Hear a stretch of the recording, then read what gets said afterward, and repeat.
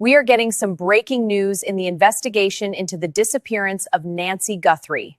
There are places that feel silent because nothing is happening. And then there are places that feel silent because something happened there, something the land itself seems to be holding on to.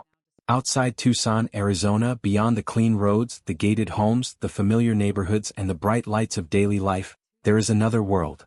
A harsher world. A place of open desert, dry washes, hidden paths, old trails, and long stretches of land where the silence feels heavier than normal. For months, the Nancy Guthrie case had already captured public attention. People were watching every update, every rumor, every reported movement from investigators. But then the focus began to shift. Not toward another interview. Not toward another social media post. Not toward another press conference. It shifted toward the desert. And once that happened, the entire tone of the case changed. Because this was no longer just about a woman who vanished from a life that appeared safe, stable, and protected. This became a story about geography, memory, digital silence, and the chilling possibility that the place investigators were reportedly examining may not have been random at all. That is what shook people. The idea that somewhere outside Tucson, in a remote and unforgiving part of Arizona, investigators may have been drawn again and again to one location. Not by chance. Not by rumor alone. But because something about that place kept demanding attention. At first, the public did not know what to make of it. The Nancy Guthrie case had already been surrounded by theories, speculation, and emotional reactions. People online were building timelines, comparing screenshots, reviewing maps, and trying to understand what happened during the hours when everything seemed to go quiet. But the desert changed the conversation. Because once a case becomes tied to a specific location, especially a remote one, people stop asking only when did something happen? They start asking something much darker. Why there? Why that piece of land? Why that direction? Why that distance from the home? Why would investigators reportedly return to that same area more than once? And most unsettling of all, who would know that place well enough to use it? The Nancy Guthrie mystery did not begin in the desert. It began in a world that looked, from the outside, controlled and comfortable. A home in the Catalina foothills. A routine. A life surrounded by security, technology, and familiarity. That is one reason this case became so disturbing to so many people. Because disappearances are frightening enough when they happen in open, unpredictable spaces. But when someone appears to vanish from an environment that seems protected, the fear becomes more personal. It makes people wonder how much safety is real, how much control is only an illusion, and how quickly a familiar life can become the center of something no one saw coming. According to the storyline and discussions surrounding the case, one of the details that drew attention was the reported moment when Nancy Guthrie's pacemaker stopped syncing with its monitor. That single reported detail became a major part of the public timeline because it gave people a time marker, a point where normal life appeared to break. After that, people began asking what happened in the minutes and hours that followed. Was there movement? Was there a vehicle? Was there a phone signal? Was there a camera that caught something? Was there a gap where a gap should not have been? In modern investigations, silence is not always empty. Sometimes silence can speak louder than activity. A phone that stops moving. A device that stops connecting. A camera that catches nothing when it should have captured something. A person who suddenly stops communicating. These gaps can become just as important as confirmed evidence because they show investigators where normal behavior may have been interrupted. And in the Nancy Guthrie case, the public became obsessed with that interruption. People began studying the timeline as though every minute carried weight. They looked at the home. They looked at the roadways. They looked at the reported direction of movement. They looked at the desert. And slowly, one theory began rising above the others, that the answer may not be hidden in a dramatic public moment, but in a quiet movement away from the home, toward land that most people would never think to search. The desert outside Tucson is not one simple landscape. To outsiders it may all look the same, dust, rock, cactus, heat, and empty space. But locals know better. There are areas people visit every day. There are trails hikers know. There are scenic points, marked roads, and familiar routes. Then there are the other places. The places that do not invite strangers in. The places with old access roads, broken paths, abandoned corners, and stretches of terrain where you would need a reason to go. Those are the places investigators often pay attention to, because location can reveal knowledge. A person under pressure does not usually choose a place completely at random. They choose somewhere they know, somewhere they can reach, somewhere that feels hidden, familiar, or useful. That is why the alleged desert location became so. There is one thing people often forget about modern life. Even when a person says nothing. Even when a house is quiet. Even when a vehicle moves through darkness. Even when a phone is switched off. The world around them may still be recording. Not always clearly. Not always completely. But enough. Enough to create a pattern. Enough to show movement. Enough to show absence. And sometimes, enough to expose the difference between panic and planning. In the Nancy Guthrie case, the public conversation shifted from the home, to the timeline, and then to something even more unsettling, the digital trail. Because in cases like this, investigators are not only asking what people said. They are asking what the data shows. Where did devices connect? Where did they disconnect? Which roads were taken? Which cameras captured movement? Which cameras captured nothing? What time did normal behavior stop? And most importantly, who was moving when Nancy Guthrie was no longer publicly seen? From the beginning, one reported detail became central to the mystery. The moment Nancy's pacemaker allegedly stopped syncing with its monitor. That detail became more than a medical point. It became a timestamp. It gave the public a chilling line in the sand. Before that moment, there was normal life. After that moment, something changed.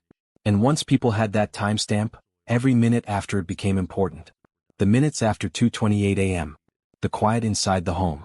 The possible movement outside the property. The reported vehicle activity. The lack of confirmed public sightings. The sudden digital silence. One of the most haunting things about this case is not only what was seen. It is what was not seen. No clear explanation. No public confirmation of Nancy's movement. No simple answer that made the timeline feel ordinary. Instead, the story seemed to open into a darker space. A space where investigators may have been forced to rely on technology, patterns, and the kind of evidence most people never think about until something terrible happens. Because digital evidence does not always speak loudly. Sometimes it whispers. A cell tower connection. A brief location ping. A camera catching headlights in the distance. A gap in communication. A device that should have been active but was not. A car moving in a direction that later becomes important. Individually, these details may look small. But together they can become a map. And according to the theories surrounding the Nancy Guthrie case, that map may have pointed away from the comfort of the Catalina foothills and toward the remote desert outside Tucson. That is when the case began to feel less like confusion, and more like construction. A timeline being built, a route being traced, a story being pulled from silence. Investigators know that people often underestimate technology. Someone may believe they can hide a movement by turning off a phone. They may believe deleting a message removes the problem. They may believe driving at night means no one will notice. They may believe rural roads are empty. But the modern world has memory. Phones remember. Cars remember. Apps remember. Security systems remember. Traffic cameras remember. Neighbors' doorbell cameras remember. Even a lack of activity can become part of the record. That is why the silence in this case became so powerful. Because a normal night has noise. Not loud noise. Digital noise. Devices connect. Notifications arrive. Cars stay parked or move as usual. People sleep. Monitors sync. Cameras capture ordinary movement. The world continues in predictable patterns. But when several normal patterns appear to stop at the same time, investigators begin asking why. Was it coincidence? Was it technical failure? Was it panic? Or was it control? That question sits at the center of part 2. Because what makes this case so disturbing is the possibility that the silence may not have been accidental. It may have been created. And if it was created, then someone may have understood exactly what needed to disappear from view. According to the public discussion surrounding the case, investigators were reportedly looking at phone metadata, surveillance gaps, possible vehicle movement, app activity, and digital quiet periods. These are not dramatic pieces of evidence on their own. They do not always give the public a clean answer. But for investigators, they can be extremely important. Because they help answer one question. What happened when no one was supposed to be watching? Imagine the timeline like a dark hallway. At one end is Nancy's ordinary life. At the other end is the desert. Between those 2 points are missing minutes, possible vehicle. By the time the Nancy Guthrie case reached this stage, one thing had become painfully clear. The public was no longer only focused on the desert. They were focused on the people around Nancy. Because in any disappearance where the timeline appears controlled, where digital silence becomes important, and where investigators reportedly keep returning to the same location, one question becomes unavoidable. Who knew enough? Who knew Nancy's routine? Who knew her home? Who knew her history? Who knew the roads outside Tucson? Who knew which places were private, emotional, or familiar to her? And who may have had the ability to move through her world without raising immediate alarm? That is the question that changes everything. Because strangers can create fear. But people close to a victim can create confusion. They know the habits. They know the schedules. They know the weak points. They know what looks normal from the outside. And sometimes they know exactly how to make the first hours after a disappearance feel uncertain. In part 1 we looked at the desert. In part 2 we followed the digital trail. But part 3 moves closer to home, into the circle of relationships, behavior, financial questions, emotional pressure, and the possibility that investigators may have been studying not just where the trail led, but who had the knowledge to create it. The uploaded source script repeatedly points toward one central theme. Investigators and online observers were allegedly studying digital behavior, movement patterns, financial activity, encrypted communication, and the possibility that the desert location may have required personal knowledge of Nancy's past. That is what makes this part of the story so uncomfortable. Because once a case turns inward, every relationship begins to look different. Every public statement is examined. Every delay feels important. Every silence becomes suspicious. Every person who knew Nancy is suddenly seen through a different lens. And for the public, that is where the case became emotionally intense. Not because anyone had been proven guilty. Not because speculation equals evidence. But because the theory itself was frightening. The idea that Nancy Guthrie may not have disappeared because of a stranger. The idea that the truth may be connected to someone with access. Someone familiar. Someone who understood the shape of her life. Someone who may have known more than they were saying. That is the kind of possibility that keeps people awake. Because it turns the story from a mystery into a betrayal. And betrayal is always more disturbing than randomness. Randomness is terrifying because it can happen to anyone. Betrayal is terrifying because it means the danger was already close. For investigators, the people around a missing person are never viewed as background details. They are part of the timeline. Their behavior before, during, and after the disappearance becomes important. Who was the last to speak with her? Who had access to the home? Who knew her medical routine? Who knew her security system? Who knew whether cameras were working? Who knew which roads would be quiet at night? Who knew which areas outside Tucson were isolated? Who had a reason to be worried? Who had a reason to hide something? These are not accusations. They are investigative questions. And in a case like Nancy Guthrie's, those questions become even more important because the reported details do not feel simple. The timeline did not give the public an easy explanation. The alleged digital silence did not calm people down. The reported desert focus did not feel random. Instead, each layer added pressure. And when pressure builds in a case, investigators often begin comparing people's normal behavior with their behavior during the critical window. That comparison can be revealing. A person's routine is like a fingerprint. Not a physical fingerprint, but a behavioral one. Most people live in patterns without realizing it. They wake up around the same time. They check their phone the same way. They drive familiar roads. They message the same people. They use the same apps. They sleep in predictable rhythms. They react to emergencies in ways that fit their personality. So when something serious happens, investigators may ask, did this person behave like themselves? Or did their pattern suddenly change? That is one of the reasons digital evidence and human behavior are so connected. A phone may show where someone moved, but behavior may show why that movement matters. A financial record may show an unusual transaction, but behavior may show whether that transaction fits a pattern. A social media silence may mean nothing by itself, but if it appears at the same time as other strange details, it becomes part of a bigger question. In the Nancy Guthrie case, online discussion reportedly became focused on whether certain people close to the situation became unusually quiet, cautious, or controlled after her disappearance. Some observers claimed public statements felt careful. Others claimed social media behavior changed. Some believed certain people seemed prepared for questions before those questions were even asked. Again, these are public observations, not proof. But they show why the case captured so much attention. Because people were not only looking for evidence, they were looking for reactions. And reactions can be powerful. In true crime cases, audiences often watch the people around a case almost as closely as they watch the investigators. They want to know who appears emotional, who appears distant, who avoids cameras, who gives too many details, who gives none at all, who speaks in a way that feels rehearsed, who seems afraid, who seems angry, who seems untouched. But the truth is more complicated than that. Grief does not always look the way people expect. Shock can make a person quiet. Fear can make a person appear cold. Trauma can make people behave strangely. That is why responsible storytelling must be careful. A strange reaction is not guilt.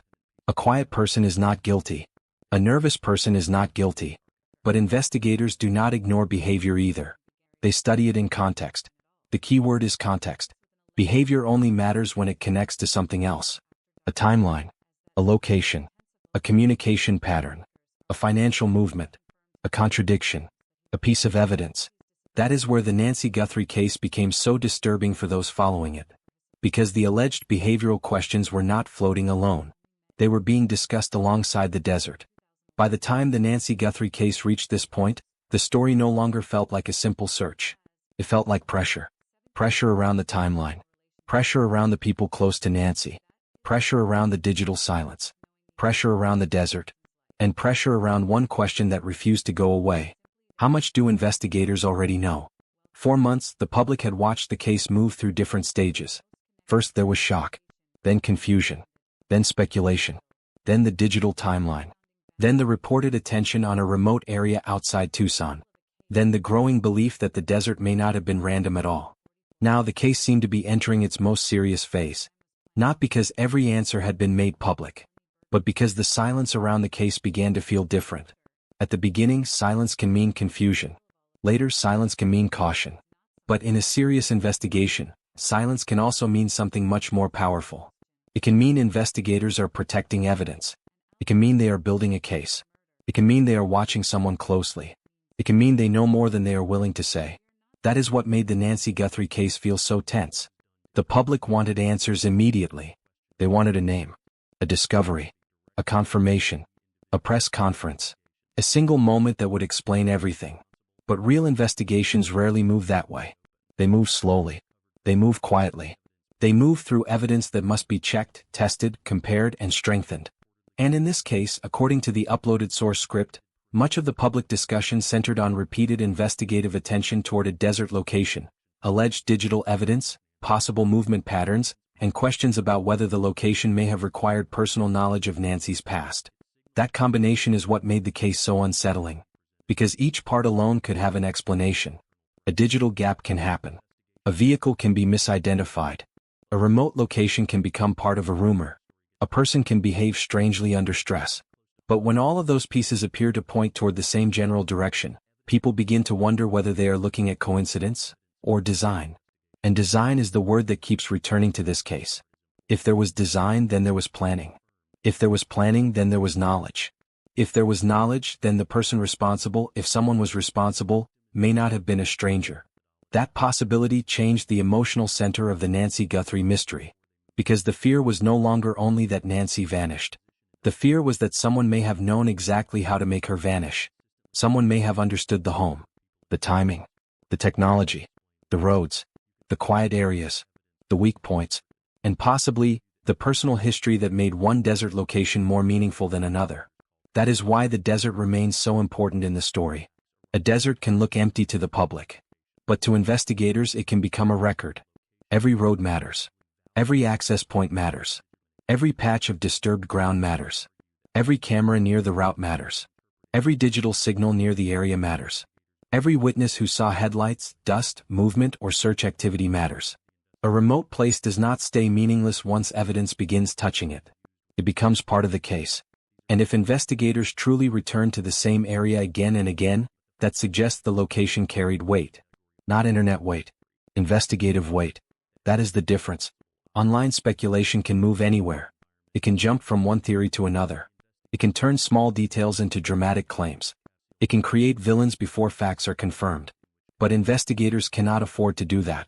They must follow what can be proven. They must ask whether the timeline can support the theory. Whether the digital evidence can support the route. Whether the route can support the location. Whether the location can support the suspect. Whether the suspect can be connected back to the action.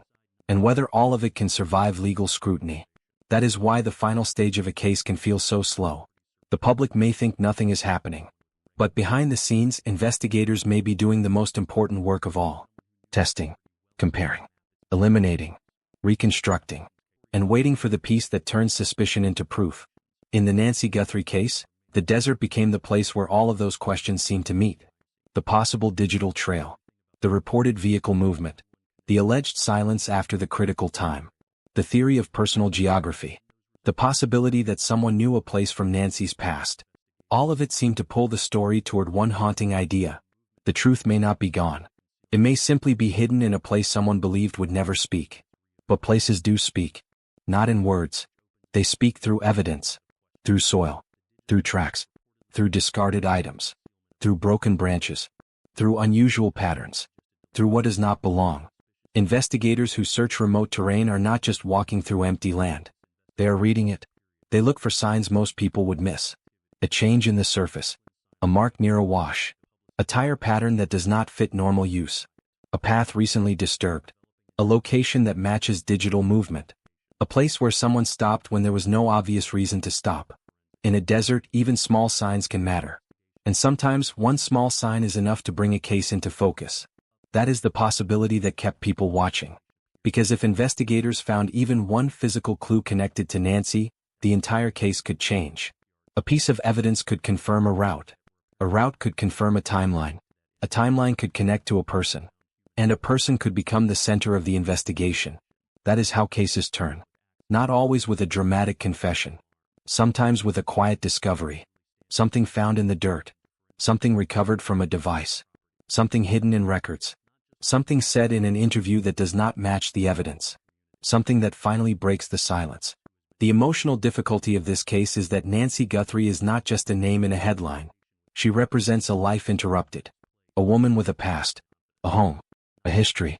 A routine. People who knew her. Places that mattered to her. Memories that existed long before the public ever heard her name. That is why the alleged personal,